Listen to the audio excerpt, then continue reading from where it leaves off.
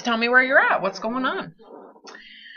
Um, well, after our last session, it kind of, I was dealing with all these emotions and all this stuff, and it was sort of like after I talked to you, I feel like it just kind of smacked me back into a different frame of mind. So, I hung up like, okay, I've got to face these compulsive, crazy feelings that come up, and it was like they just sort of weren't really showing up because I was sort of in this other frame of mind of like just being, I kept hearing you say, just be patient with everything, like my ailments. And she's like, because you were like, why can't you just be patient? I don't know, that really stuck with me. Like, why am I catastrophizing everything? And, that my knee is fucked for life and my feet and my body, this is so terrible. And it just sort of, I don't know, that kind of snapped me out of it a little bit. And I started realizing that,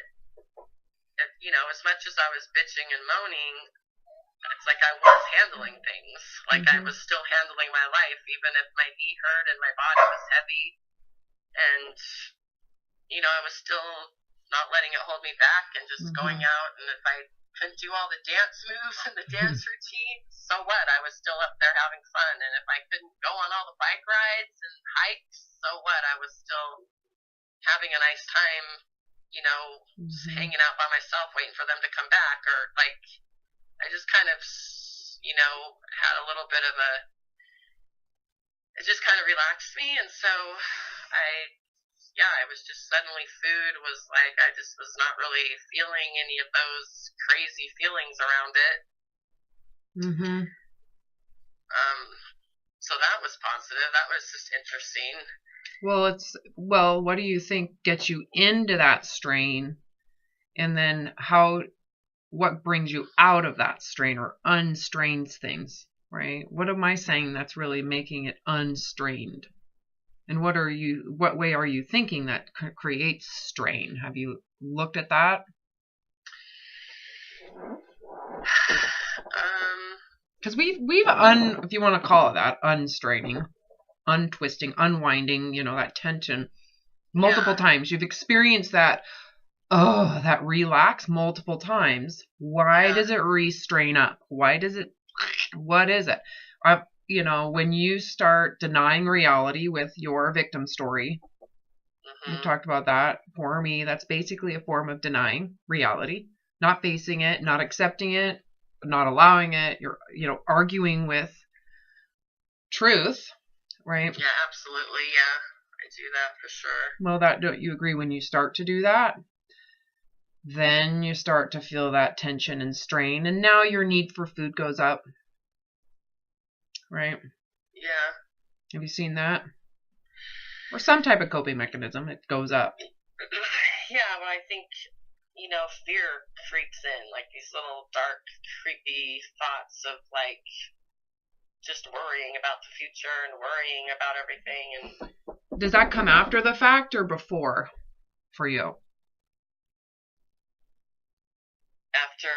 After you feel sorry for yourself or before you feel sorry for yourself?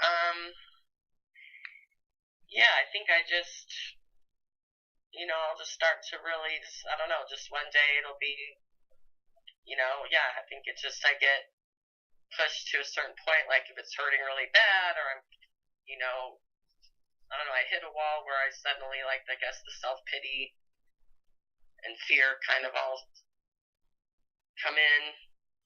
I wonder if that comes from, in the beginning, you're not really facing reality. You're hopeful that it's going to fix itself, so you're not facing that it could get worse or the truth of what it is.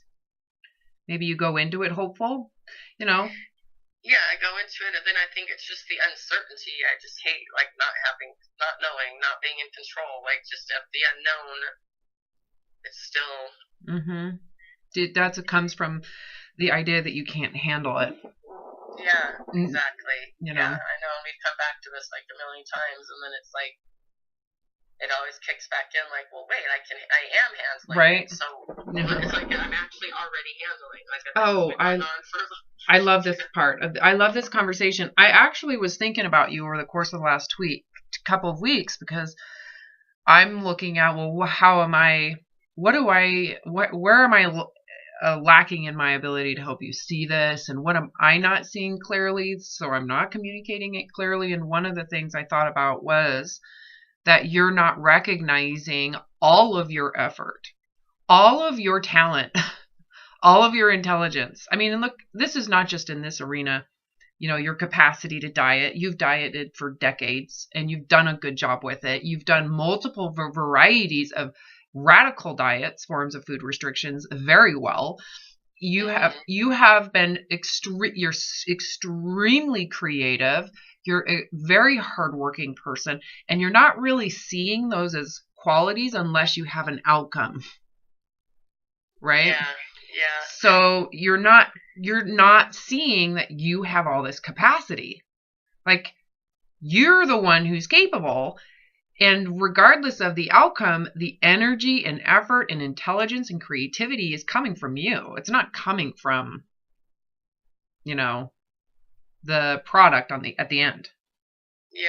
Right? So you could actually harness that towards opening up a food stand and be, you know what I mean? Like, you could take that energy and capacity and use it towards anything, at literally anything.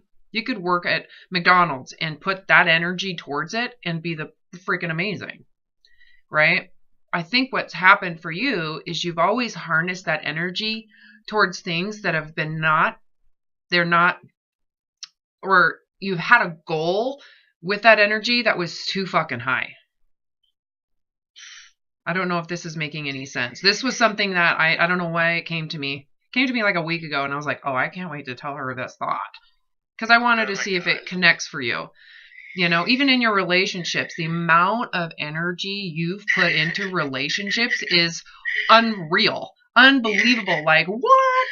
And you're not willing to let it go. Like, you attach to some outcome, and even though your effort is magnificent, rainbows, and you're creating the impossible, and you're not willing to quit when it's not that effort, it's not meant to be.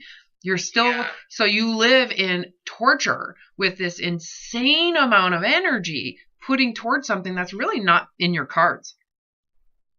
Like a relationship with someone that's not it's not meant to be. Yeah. And if it was meant to be, should it take that much effort? Right? Should anything take that much effort? So you're not seeing that it's not a lack of capacity. In fact, you have this is crazy, unnormal, unnatural, crazy train energy, right? You have such an incredible amount when you harness it. Why are you doing it without, there's no reward for you? Because you're putting it towards things that are not natural. Oh, Jesus. Yeah. I think that might be, this is like your lesson, and one of your big lessons in this lifetime. I swear to God, I don't know why it came to me. I actually recorded a video of me talking to you about it, and it didn't save. It's amazing to me that you brought that up. Oh my God. So this is all really feels pretty cosmic. Okay, so here was the message. Yeah. The problem isn't your capacity or effort. It's the fact that you're not willing to let things fail. If it takes that much energy, you need to back out sooner than later. If you haven't learned that yet. You got to be able to quit. It's so true. I know. And for whatever reason, you're refusing. I think your lesson is to learn how to let things go. Yeah. And I think so. I think it's so true. I hold on till I'm white knuckling because I don't like the outcome. I want to be able to control it. I want all my energy to be paying off. I want it to, I want this. And this is where your suffering occurs, because you're forcing something that it shouldn't require that much energy. You're not seeing that. That's the part you're blind to. It's unconsciously you're not aware that if it takes this much effort. Yeah.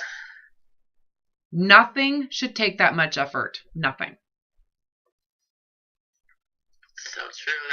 That's Now let me. That's sort of been something that's I need to add to that for neutrality. I mean, you're like training for the Olympics, and there's never competition. You never actually get to use your skill set. You just train consistently forever for like towards a moving finish line.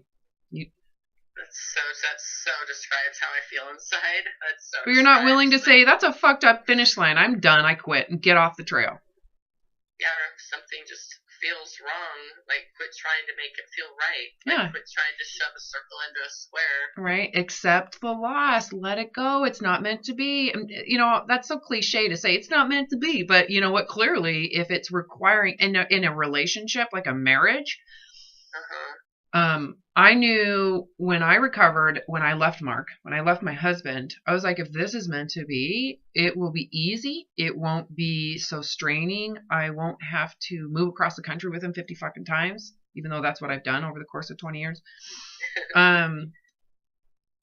You know, it will be effort. I mean, there's effort in all relationships because we have to cohabitate, but I will like him for who he is. It shouldn't require I force him to be this religion anymore. So if I really love him, it will be easy, you know. If he loves me, he's not going to want me to change. So it was effortless in that respect, right? The problem is you're putting in Olympic level effort, literally, and they're for neutral. It's not even rewarding. Jeez, yeah. So that's what I mean by all the effort. You know, the effort people have put in to so many awesome things. It's not the quantity of effort that's the bad thing. It's the fact that you're really getting nothing out of it. And you're living a life of bitterness, resentment. You're feeling victimized. And it's like that battered wife syndrome. You're constantly going back to things that require you slave away for very little return. And maybe the thing is, you're not questioning the fantasy overreach. You're not doing a good job. Maybe it's a combination. It's not that one thing. It's a combination of things. It's how much effort is this worth? Is it even realistic or reachable? If it is reachable, if it requires mental health problems, do I want it? If it requires, you're not maybe adding that into your decisions. If it requires mental health problems, you may be able to reach that kind of glamour desired state of whatever it is, but you have a mental health problem just to reach it. So if it requires mental health problems to reach it, it's going to require mental health problems to keep it. Because that's how you got it, right? Yeah. Like for me in body image, and for many people with body image, and you can look at your past with your weight loss. The effort was there. The body did respond, but because you were in that state of fear and under the reasons around it, once you got there, you weren't happier. It wasn't better, and it did require you isolate yourself from food. And I still was, was still worried about dating and didn't want to be seen, didn't think I was good enough. Yeah, so can you see where it's like, oh, well, I reached the goal. It didn't provide the, psychological freedom I thought it would provide me. So I used a physical goal to heal a psychological problem. So that was the first thing. Plus it required you really become a little OCD about your dieting, which promoted binge eating after the fact, or more emotional eating, if you want to call it, more emotional eating. So, is it really what you thought, not just when you got there, the physical conditions that you fantasized about, but should anything require that much effort just to feel mediocre? Right? Yeah, last night I was kind of lately, the last week or two, as I've been sick and getting out of being sick, I've been just, start like walking that line of kind of worrying about my future or if it's like that push to do something. I just always, I always this drive to just do something. And I was just sitting with it and analyzing it, and I was sort of like, okay, on the one hand, this feeling comes when I'm not this high up of consciousness. It comes, like I need to remember just existing on this earth and being alive is success. Like, I kind of. You're conscious. Your body's keeping you alive. Just like I don't need to. How much of this is culturally driven? It's telling me I have to do something, and why is it? To tell other people that I'm accomplishing. I was kind of sitting with it, like what's behind it, and then I kind of worked through those feelings, and then I was sort of like, and on the other hand, there's nothing wrong with wanting to do something fun in this life that could possibly, bring me some financial security. Yeah, there's nothing wrong unless it requires you become a slave with obsessive compulsive problems and torture and exactly, an Olympic level effort with no race, with no gold medal. Yeah. You see, that's the problem. It's not it's not the idea that you can create what you want with your life. That's not the issue. Yeah. Right? Where the issue may exist is I will feel better when. That means that you don't know how to feel better now. What makes you think you'll feel better when? Exactly, yeah. So you got to know how to do it with now. And I kind of, at the end, what kind of came from those thought processes was just, I sort of had this aha moment of like, kind of along what you're talking about, where I was like, think about it. If you found something that you loved, it wouldn't even, all this effort wouldn't even feel hard. It would be easy. Mm-hmm.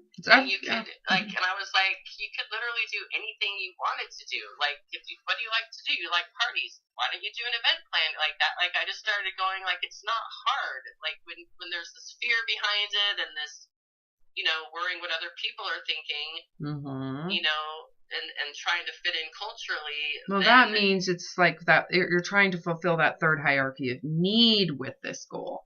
Yeah. Right? So if you get that out of it, then it doesn't matter what people think. You're doing it for the joy of it, not for the joy of them validating you.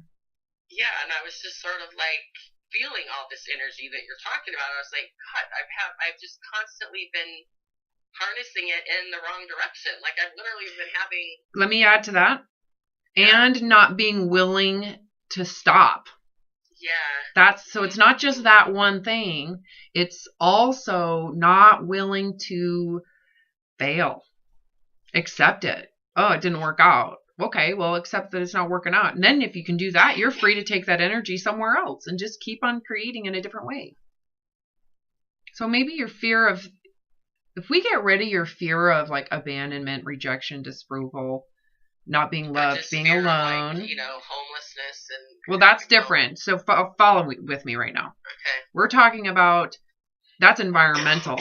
That's a bigger, actually more important need than what I'm talking about right now. I'm talking about like if we get rid of the need for other people to see you as a special human being with all sorts of specialness. If we get rid of that, how would that change your?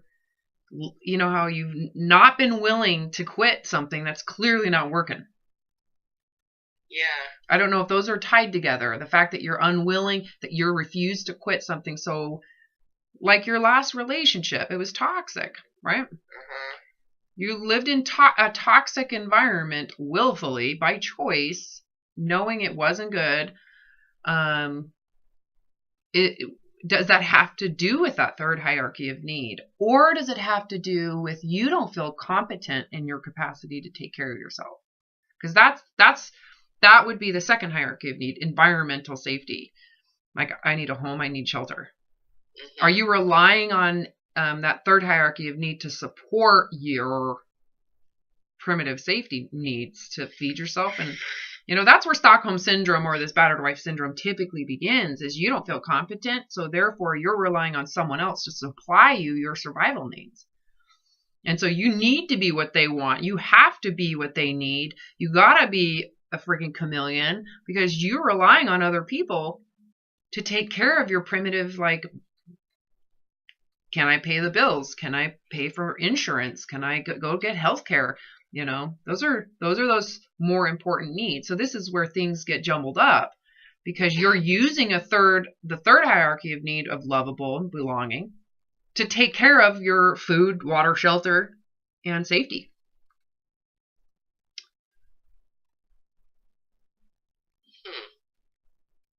That's the syndrome, right? Yeah. I need them to take care of me. Some of this comes from you maybe creating a fantasy around the luxury lifestyle too. I don't know. Right? Because your standards might have been so high. So you're like, I got to be rich. Or I just, things that I think that I need or that I want to do. Like, yeah. I don't know if I'm making sense. Like your standard of living, right? If you have a standard of living that's ultra rich, you're going to be more sensitive to these primitive needs, especially if you're not ultra rich. Right?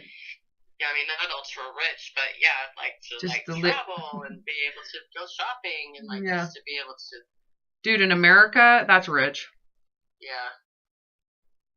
Yeah. You know what I mean? That's like the dynasty, the 80s basically promoted that as normal. And that's the downside of that narcissistic system that was implemented in the 80s. The mall, the shopping, the jewelry, the hair, the glamour, the glamorizing of these primitive mechanisms of just your home and your safety, your capacity to provide yourself. The fact that the standards were presented as normal, but really they're ultra rich, yacht owning maids having, concepts. The more you see those, the more the brain thinks that's normal. That's what's, that's safe. And so it's actually impacting your brain, And so that might be the issue too, that because you might have had, and that might be fueling some of your fantasies and why you've been willing to work so hard. I mean, you're a freaking workhorse, man. It's true. It does kind of come back to this whole thing, this whole recovery thing too. It's like there's obviously it's just really hard for me to let go and give up. So what would happen if your standards were like super basic?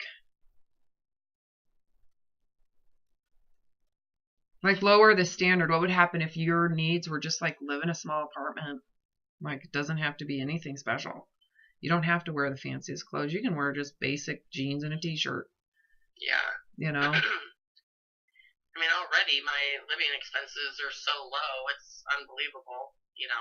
I don't have credit cards. I don't. I live just. Okay, so what if that was like take that reality and make it amazing? You see what I mean by the relativity of it? It's like, that's better than a lot of people. I really don't need much at the end of the day. Yeah, what do you need to be happy in your living environment? Does it have to be grandiose extravagance? Can we reduce it down to where it's like you got food, water, shelter, you got a great place you got a comfortable bed to sleep in? You can pay for your heating and cooling? Yeah. You live in a gorgeous area with beautiful nature. You know what I mean? Like let's bring that way down. What if that's awesome? Like freaking 10 plus. Doesn't have to be luxury. And if you're capable of going down into that, can you see where the pressure is going to maybe go down? Like you don't have to work you really don't have to work so hard just to be neutral. You can be happy working tons less. Yeah. Like happy, not miserable, neutral, working like a slave. You're happy working like a normal person, right? Does it have to be so extravagant? Even your goals. Yeah. Chasing the extravagance, chasing the glamour, the desire, right? The good news is you're energized. You could harness that. You know how to do it at this point. That's incredible. Don't you agree? Like if you had to, you could harness that shit and get anything done. Yeah. Your capacity, no one can give that to you. No one can take that away. You could use that energy anywhere. You really could. With anything. Like I said, McDonald's. Just being a beach bum. Or In any context, you could use it. Just you could use it in a religious environment. Think of what you could accomplish in a religious environment with creating programs and after school programs. I mean, think of the energy that you have that you can create anything with it. Yeah. Not to say that's what you want to do, but what do you really need? And I love that you brought up that intrinsic. Why don't I do something that's fun for me so that I don't? So it's easy. It comes natural. Yeah. Like taking care of dogs. You clearly love that.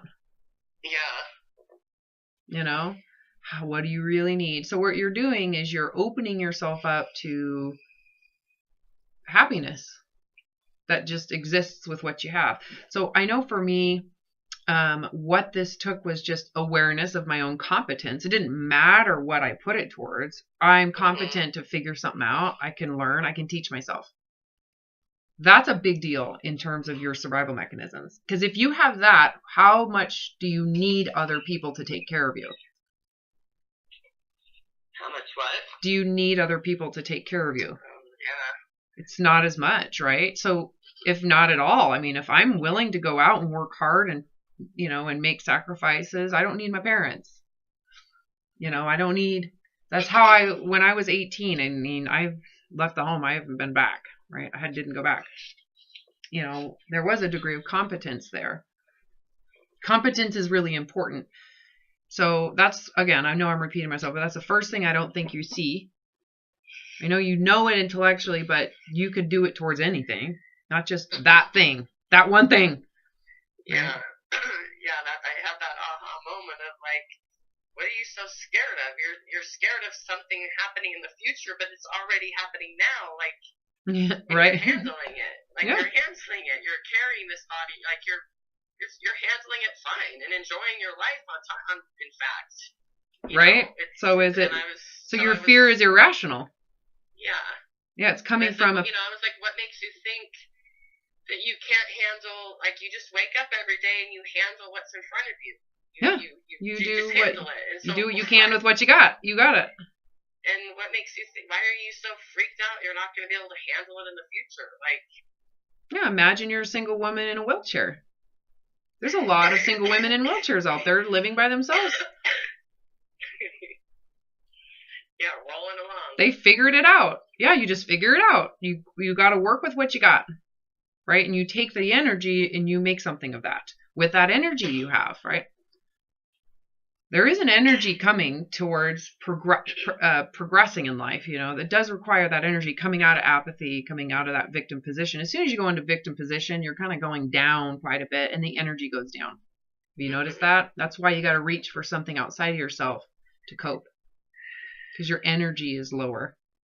You need alcohol, you need other people. So the needs for alternative energy goes up because you're lower in, the capacity of your energy in those states of consciousness. So as you rise up and you start having that competence, the energy gets a lot higher. I mean, again, the times you've been like, I can do this, it's like ridiculous. The energy you can put into something. Yeah. You just got to ask, what is it for? For what? Like, are you?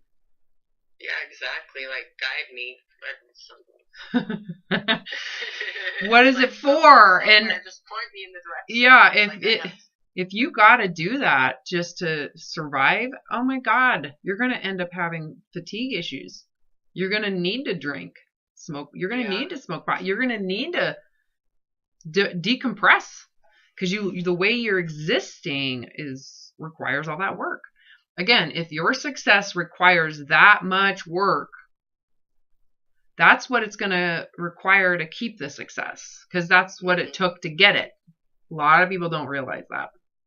If it requires 70 hours of work to have success, you're going to have to keep that up or spread it out through other people, which means you have to hire other people. You know what I'm saying in terms of work-oriented focus? Yeah. And it's funny, too, I had this spiritual reading with this amazing girl that's in my life. She's anyway, we had like this super cool like spiritual reading late one night. She was staying with me, and she was doing it on me, and basically the whole message of that whole thing was literally some of the stuff you're saying. That's why it's really kind of hitting me, like just all about the amount of energy that I have, and that I seem, that I'm not fully aware of it, or I'm not. You don't think it's coming from you. You think it's coming from the goal. Yeah. Yeah, it's not coming from the goal. It's coming from you. That she's like, that there was kind of like all along those lines of just that I don't have to like do all these things to prove myself and work so hard, that it's, that I have all this energy I just haven't harnessed, that I've sort of put into the wrong places or expected things to come from it that haven't, and been disappointed. And it was kind of all around this arena of the energy that I have. Well, you're not using it for integrous reasons. It's always a self-preserving reason. Yeah. Like, I don't want to make that sound like the self-preservation. It means self-centered, like it's going to feed the ego. You've used it and harnessed it towards ego versus actual integrity, like doing good. Yeah. It makes sense. So it's been a trap. You've been in years. Yeah. All my creative stuff, it was like to prove something, prove that I'm somebody. Yeah. So with so if we were to let's just use consciousness. Once someone has a sense of capacity or it's attainable, they can reach it, so that you're in desire. That desiring, you're desiring something outside of yourself, so it's inherently flawed, right? The energy that it goes way up. I mean, that's relative to apathy, that's a great place to be, right? But it's a trap, because you're a slave.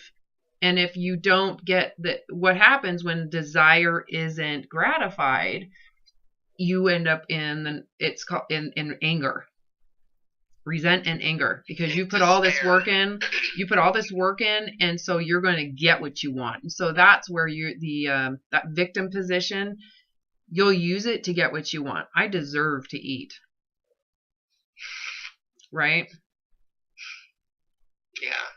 And then, because you're seeking the inflated state of pride. I want the pride. I want the supremacy. That's the inflated euphoria you're chasing. And even if you have it, the problem with pride is it is a trap. It's never ending. You don't really feel better, but now you're backed into a corner around having to keep some idea that you've succeeded. And that is very susceptible to shame. Pride and shame, because if you lose what the desired outcome, if you've attached your self-worth to that desired outcome, what happens when that desired outcome goes away? What happens to your sense of worth? You go down into shame, and then you're in apathy, and now you're feeling like a failure, and now that's where a lot of mental illness issues stem from. Wow. Right? And then you got to come out of that, back up into the desire, and then you harness all that energy. So what you're not, as much as it's like, you're not seeing that all of that capacity to work and create and to think, that's yours. It's not the end goals. It's not, that's like saying in a religion, forgiveness, we own that. So you can only have forgiveness if you come to us and you do what we say. We're they claim ownership of these innate human qualities and claim that theirs is better than someone else's, right? This is very similar, right? You're claiming the pride or the goal that you want. That says like the thinness. That thinness owns and is taking credit for all your work, right? So the diet takes credit for you withholding yourself from primitive mechanisms to eat. They're not doing shit. You're the one that has to isolate yourself, micromanage your food, harness all of that survival mode, focus on how to keep food away from you and to stop eating it. The diet industry isn't doing shit. And then they're claiming it as their win. Yeah. Right? So for whatever reason, you're taking, like, your relationship with your ex-boyfriend. For some reason, that relationship, it has claimed ownership of something, right? I don't know if you really even still have those issues anymore, but it's like, no, that's you. He doesn't own love. That's your love. That's your sense of togetherness or whatever it is. Yeah. But don't inflate yourself with it. Oh, I'm all over the place right now. No. So when you inflate yourself, right, and say, that's my pride, I earned this, I did it. Well, actually, survival mode did it. You couldn't have reached this if you weren't insane and obsessive compulsive. Yeah. Right? So don't claim ownership. And if you can do that, right, because that takes some humility, then you're less likely to, get the same euphoria. You're not going to get so high, but you're also not susceptible to feeling bad if things falter. Right? So the problem is, I think, with why you're not willing to let go when things aren't doing well is because you are claiming ownership of the pride, which means you got to keep on working hard to make sure it doesn't fail. And so you get sucked into this cycle of constantly keeping something like a facade going, and you're living in intense stress because of all the work that it's taking because of your pride. You're not willing to just go, well, this isn't working. It shouldn't work. Yeah, nothing should require this much work just to maintain.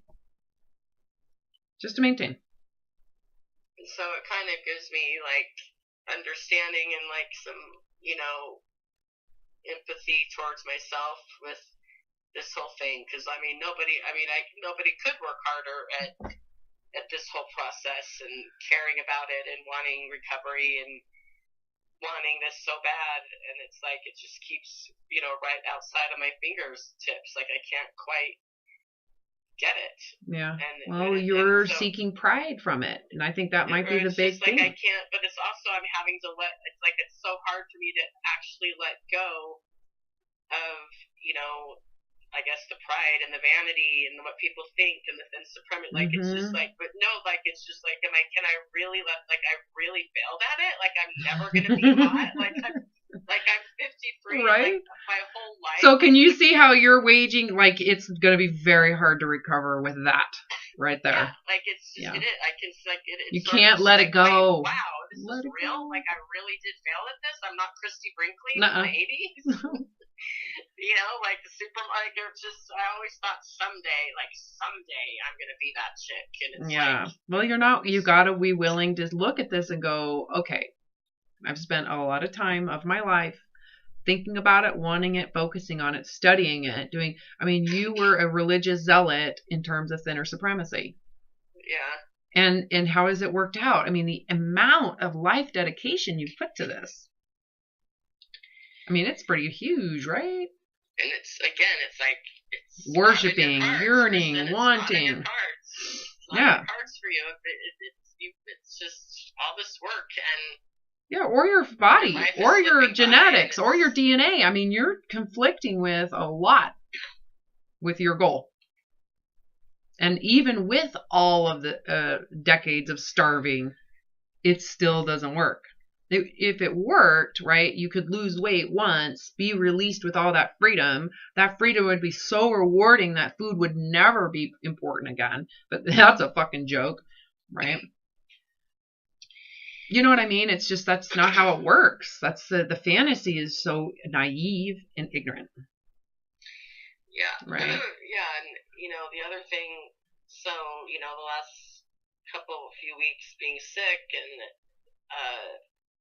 just suddenly not giving a shit about food. Well, next thing I know, I'm losing weight.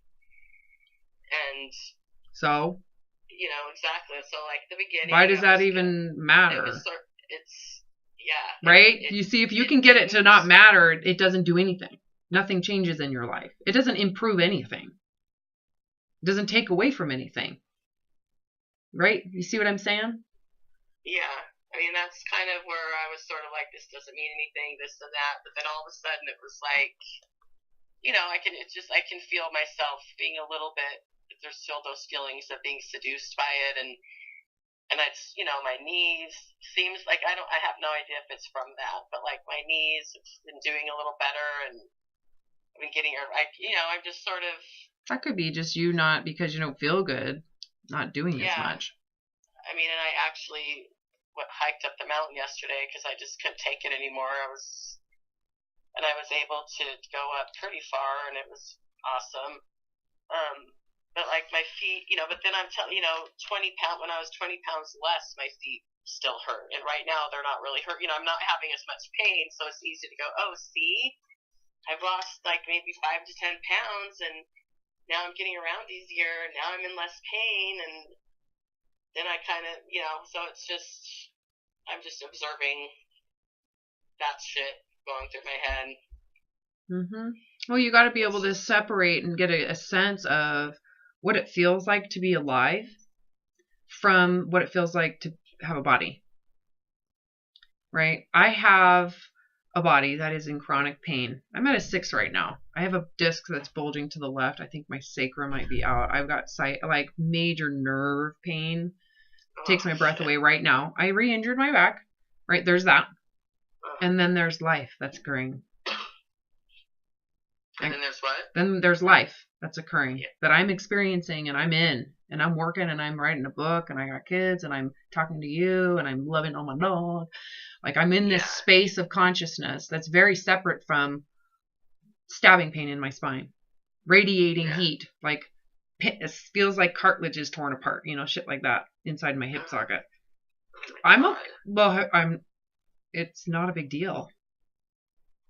There's a separation between those two awarenesses. Yeah. I have an awareness of the body, and I have an awareness of life. Yeah, what that is. So and I think that might be what you're not separating yet. Again, none of this is a bad thing. None of what because there's holes missing. There's blank spots in your awareness. You can't see it yet. My goal is that I'm trying to help you see it right now. I'm like, okay, I think there's this that I don't see. There's certain blank spots, and I can't make you see them, but I can help you process your own thought process to open yourself to it, right? Mm-hmm. Like, so what? Your knee hurts. Why is that a big deal? Your body's been hurting since you were born, if you really think about it. Like, how much? Seriously, it has. You got in a lot more pain as a child running around and freaking cutting yourself, burning yourself, scabbing your knees 50 bazillion times, falling off a bike. Yeah. Body repairs itself, but I mean, think of all the physical trauma you've been in a lifetime. I add to that pushing 3 babies out my vagina, Yeah, I like that there's, because it's that consciousness of just being alive that nothing changes. Your life. Not the size of a body or the pains or the awareness of life. Like, I think when people have literal near-death experiences or out of body, they get a very clear separation of those two. There's a physical body that I feel, and then there's life consciousness that I'm aware of. Those are two very separate things. So I'm consciously aware of life as it's occurring, and then I have a body that has this ailment, and I'll probably have it till the day I die. Okay, nothing's changed with my consciousness in my life. I still have all this opportunity. Yeah. I'm sitting here right now and I have a radiating pain talking to you right now. I'm still conscious. I'm still talking to you. Could you imagine what would happen if I felt bad about it? You could totally freak out and be like, I'm so young. My life is terrible. Bad right now. Would I even be able to talk? I wouldn't even have the awareness to talk to you. I wouldn't even be thinking about your issues. I'd be feeling so sorry for myself. Oh my God.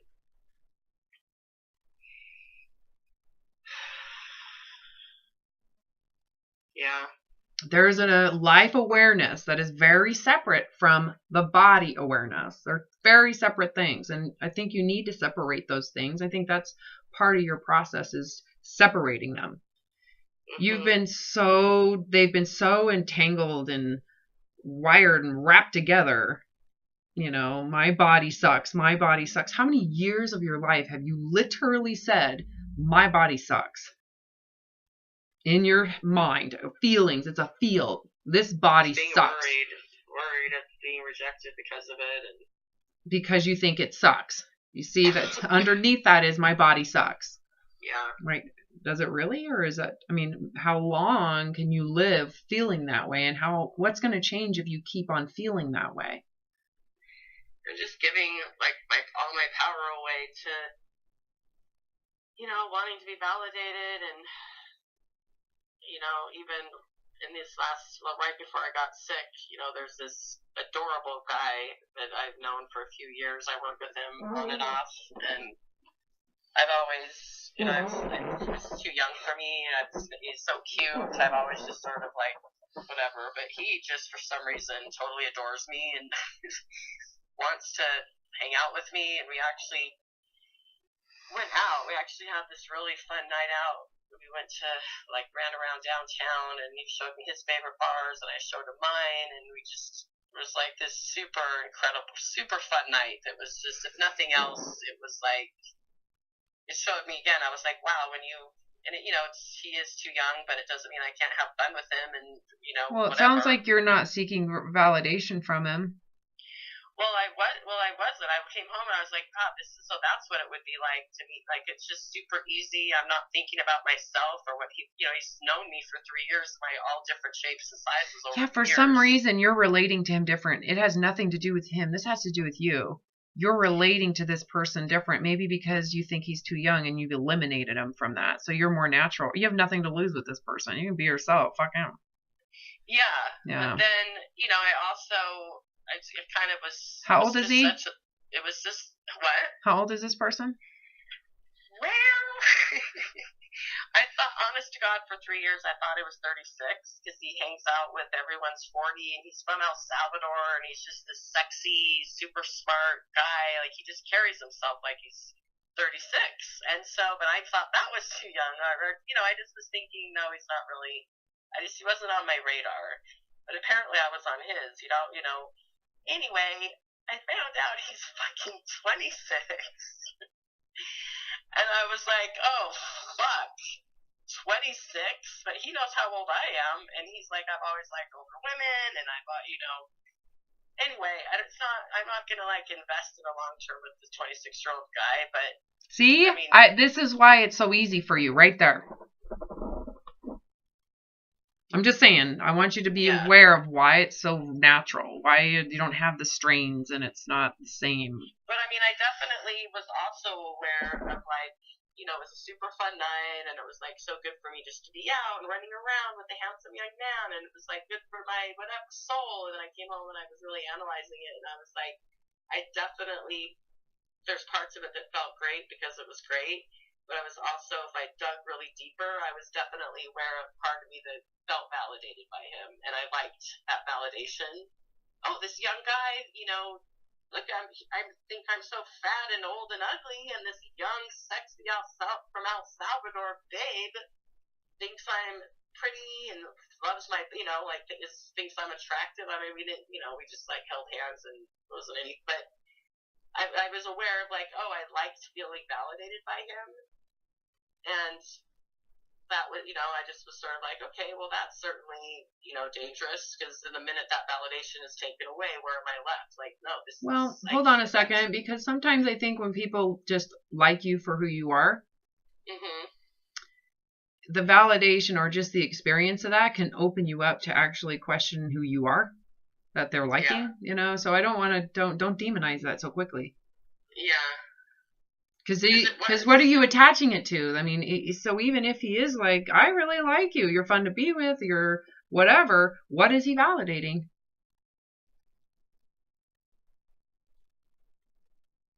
Yeah, that's true. The true you, the fact that you're lovable, likable, the way you are, it doesn't take work, it's a natural.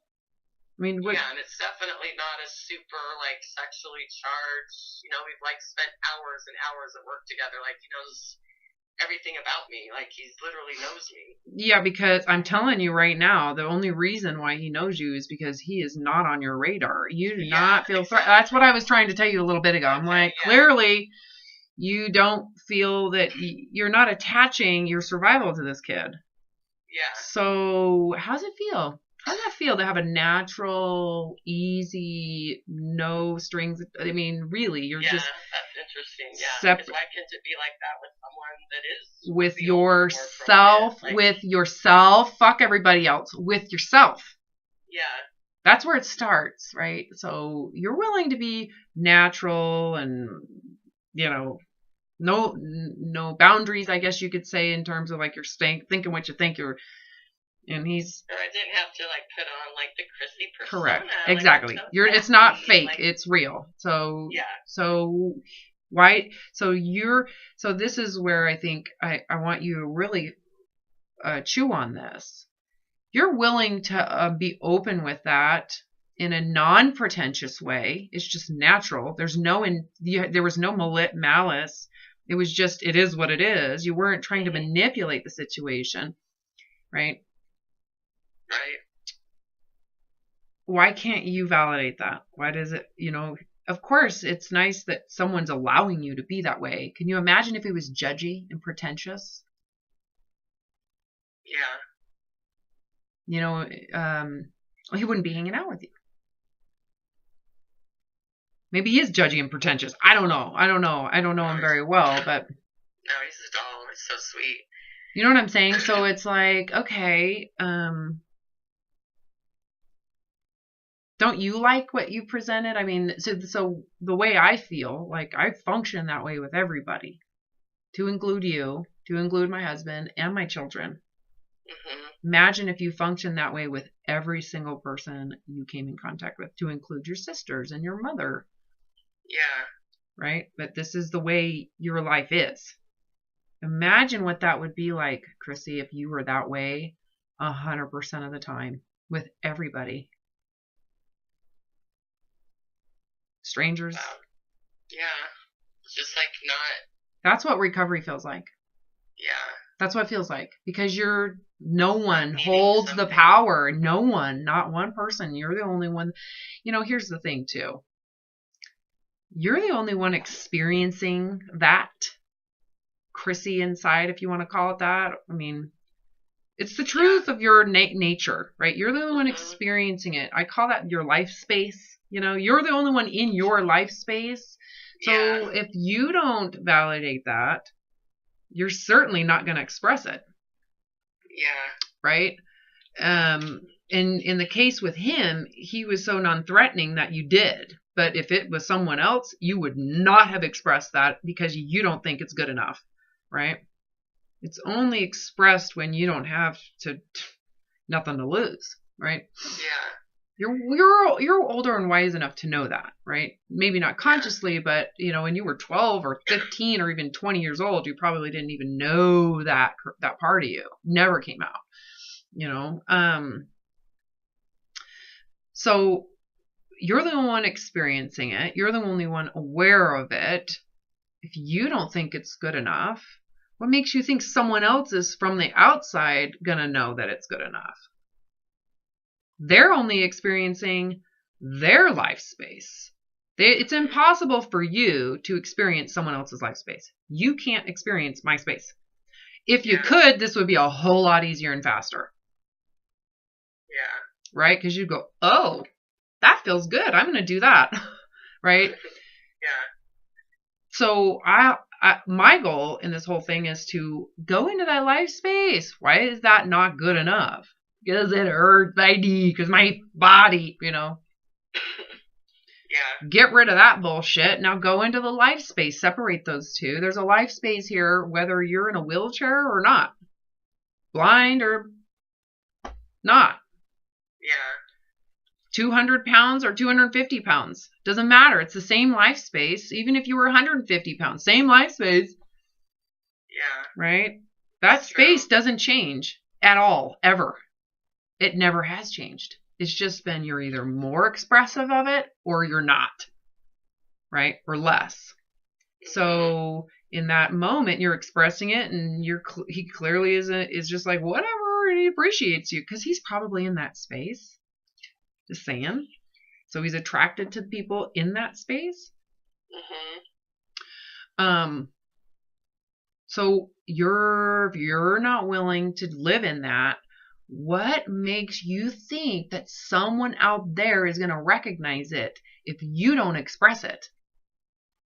They're not, or give it recognition, if that makes sense. You're not willing to express it. You're trying to express some concept. Yeah. So they're falling in love with a concept. So you're basically manipulating people with a fake persona. And I guarantee as soon as they're committed to you, that persona switches, like most narcissists, right? Yeah. You start to be judgmental, and you're not doing this for me, and you become high maintenance.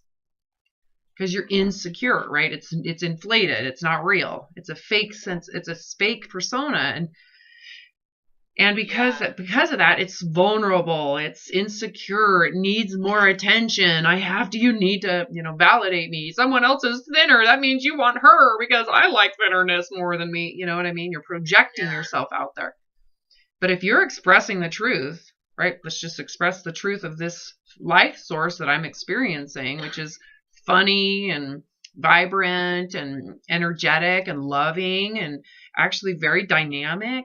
Like if you just are in that space and living presently with it and expressing that, some people are going to think you're not conformed enough and they're not going to like you and judge you. Because they want predictable, conformed concepts of a person. What does that tell you about that person? Oh, they're not expressing themselves either. Right. They're expressing a conformed concept of what they should be, and they think it's inflated and better. But you know as well as I do, that concept is miserable and hollow. It's hollow. I was just so struck. It was just like a very powerful evening because it was just nonstop. Like we just were so interested in each other. It was like I was like, geez, like literally, just like life story. Like it was just so genuine and easy, and just pummeling each other with questions and just laughing and connecting and getting it, and like. So he gave you a good. So to me, I'm hearing this going, oh, this is awesome. Yeah. I gave a props to my husband too when I was going through all of my issues. It was really important that he unconditionally loved me because this was the first time no one ever really told me what to do. So it was really important that he didn't, and he didn't. I didn't realize that until after I'd recovered and was like, oh, that was a big deal. So you know what? Don't demonize the fact that it was an easy environment. He's not validating anything other than the truth. So that's, to me, that experience that you had with this person. I don't care what age he is. I don't care if it was a woman. I don't care what the fuck it was. You experiencing that, it's something to be observed. Observe the fact that you really were discounted him, so you let it out. You were integrally probably wanting to just enjoy yourself, so you went into that space of just joy, and that's what you experienced. Imagine if that's the way you experienced life. Nothing changed. Your body wasn't thinner. Your hair was the way it is. You're as old as you are. You went into a variety of different environments. Sounds like you guys might have bar hopped. That's fun. Whatever it is. You went on. It didn't matter the environment in any way. You were connecting with this person vulnerably from heart to heart. My life space to your life space. Let's express ours together. It's so easy. And it's not. It was just sweet that he made it happen. Like he kind of just gets such a kick out of me at work and my stories, and we're always end up next to each other at work, and then and then he was sort of kept making comments about wanting to hang out, and it kept going over my head, and then finally I was just like, okay, sure. Oh, you actually want to hang out right tomorrow? Okay, and I just found myself excited, and it was just this incredible whirlwind evening.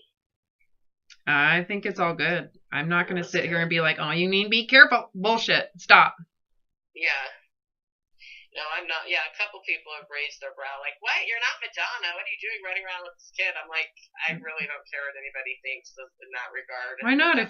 If this is an experience, so this person, for whatever the reason, who cares if you're Madonna or not? If it's a heartfelt relationship, it serves a purpose for him and for you. So maybe this is a door opening, like a mind altering moment for you to realize that life space that you expressed, that's how you want to relate to everybody.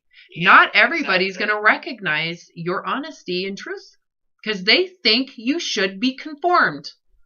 And they're going to judge you for that. Yeah. They're just worrying what I look like the whole time, Yeah. They're going to judge you for that because she's supposed to worry about her weight. That's what she should spend her life on. Now, do you really want to be attracted to someone who thinks you should take that life space and basically, put it aside so you can focus on your weight? Yeah. I mean, really process that. Should I really have to take, I'm talking to you about you. Should you really push aside that truth of yourself so that you can fix your body first? Yeah, no way. Doesn't it sound like really you want to do that for another decade? How long have you been doing that now? Are you sick of it yet? You want to just enjoy your life? I really want to start being, getting excited about my body, weighing less and having less body fat on it. Is that what you want? Yeah. Is that what you want to? That's the experience you're going to get. Is that the experience you want in your life space? Because that's it. Yeah. Your body and you feeling good about it. That's it. That's where it stops. That's all you get. Maybe I can. That's same old thing of maybe I can be recovered and still look cute and be physically attractive. It's like, do you see how those are totally, you can't have both. You either get your narcissistic, self-centered space, and that's it.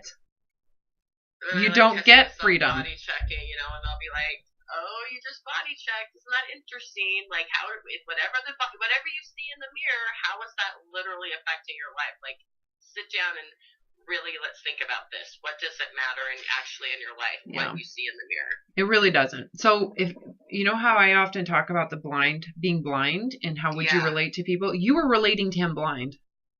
Yeah. That's really what it feels like. That's granted, obviously I put myself together and felt cute, but not. Well, yeah, but it wasn't to manipulate him. You weren't trying to manipulate him through body image. Not at all. So it was like being blind. It doesn't matter. I'm like, he's already seen me at work with no makeup, in my work pants with my big ass hanging out. Like, he's seen me. He knows what I look like from every angle. He's seen it all. So that was like really seeing me at 8 a.m. So this person knows what I fucking look like. So there's no need to try to hold my stomach in right now. Feels good, right? Yeah. Imagine if that's how you lived 100% of the time. Yeah. 100%. Yeah. So remember when I said to you, there's this, I'm aware of my body that has pain and has ailments and, tightness and stiffness and arthritis. And when I'm sick, if I've had too much wine, if I got a headache, or there's that awareness. But then there's my conscious life awareness. Those are two very separate things. Yeah. The one that I'm experiencing right now, that's more important to me. Now, if my body needs me to pay attention to it, I'm going to go to that yoga class. I've got to prioritize it, right? Because I care about the body. Yeah. Because I enjoy it. I enjoy the body. I enjoy the life space that it's providing me. I'm not providing the body with shit. Only when it tells me to, I'll go, okay, I'll get you, an apple. Okay. Yeah. I'll be like, okay. Ooh, a taco. Physical therapy exercises. Yeah, that's you do that because you know what? If that helps the body, I'm willing to do that for the body. If yoga helps the body, if me going to bed at 8 o'clock, if I'm tired, it doesn't make sense for me to force myself to stay awake. No. That's another thing. Like, I want to get this book done. I'm on the last section. I've got 3 more chapters to write, dude, plus the bibliography and the index and the table of contents and blah, blah, blah. But I am almost done. There's been times I've ignored my tiredness and tried to write. That doesn't really work out usually. I got to rewrite it anyways. It sucks. So I've got to learn, like, you know what? My body's tired. I'm going to honor the body. And if it means that my goals of getting this done are prolonged, oh, well, I get over myself, right? Yeah. See how I separate the two? Like, there's the body I'm in is very separate than me. Totally separate entity. I do not claim it. It has changed. So what I claim is my conscious space. And even then, I can't even claim that, because I'm really just human. An alien. Yeah, exactly. I'm just aware of whatever this awareness is, and I don't even claim that. So I can't claim my personality. It's kind of just this human. It's really just probably evolution and DNA and genetics passed down from my grandparents and great grandparents and grandparents you know what I mean? Like, okay. Yeah, the little spark of energy that came along but with you. Yeah, the freedom to just be in that space and allow that space to be has given my life such open space of experience. It's infinite, the experience we can experience in a lifetime. Once you get there and you're in that space, you realize, okay, even if I live 5 more years, I got a lot of life to experience. What do I want to do with it? Yeah. I'm going to work at Costco. Okay, that's fine. And then maybe in the meantime, I will go to these classes on Buddhism. Okay, cool. Like, what do you want to do? You have infinite space. Prior to this awareness for me was religious doctrine. There was it. There was no alternative. That's where it caps. You're good now, Yeah. And it separated me from others. I couldn't marry anybody outside the religion. I couldn't, participate in social engagement with the alcohol. It just limited everything. It was like a box. So for me, when I recovered, can you see why, to me, that space of authenticity and openness, I will never take that for granted again. So why would I complain about my hip and spine pain when it's not? If I do that, that means I'm body image oriented again, which means I'm going to lose all that freedom. I'm going to lose it. Wow. Do I want to lose it, or can I accept this? So, in terms of my life, as things arise, I have a choice. Do I accept it? What can I work? Can I work with it? What can I do to maintain my open live space? The openness of this life, that conscious openness.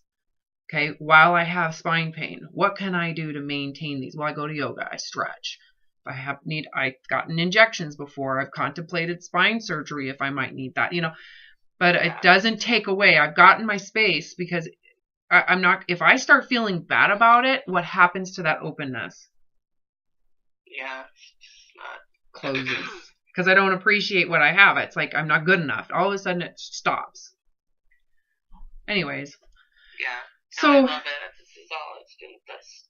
Wow. It's been awesome. This has been great. I was gonna think about it. It gave me some great stuff to think about, and thank you. That's so sweet of you to even think of me and